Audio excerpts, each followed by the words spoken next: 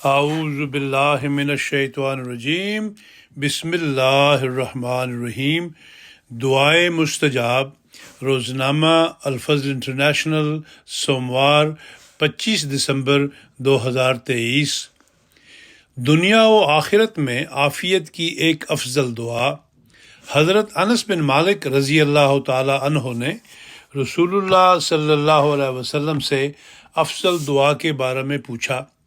مسلسل 3 روز تک حضور اس سوال کے جواب میں ایک ہی دعا سکھاتے رہے اور فرمایا کہ دنیا و آخرت میں اگر عافیت مل جائے تو یہ ایک بڑی فلاح ہے۔ یہی دعا رسول کریم صلی اللہ علیہ وسلم نے حضرت عباس رضی اللہ تعالی عنہ کو بھی سکھائی اور حضرت ابو بکر رضی اللہ تعالی عنہ کو یہ دعا سکھاتے ہوئے فرمایا کہ ایمان لانے کے بعد عافیت سے بڑھ کر کوئی بھلائی نہیں۔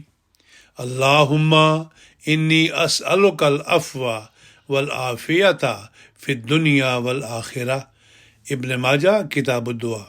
ترجمہ: اے اللہ، میں تجھ سے دنیا و آخرت میں عفو اور عافیت کا طلبگار ہوں۔ خزینۃ الدعا، مناجات الرسول صلی اللہ علیہ وسلم، صفحہ 78 اور 79۔